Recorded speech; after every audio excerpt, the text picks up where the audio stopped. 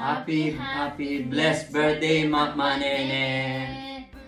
Wish ko po for you long life, more birthdays to come, always healthy and laging happy lang.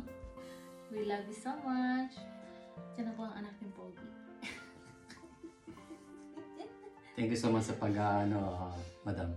So, happy blessed birthday sa superwoman ng buhay namin.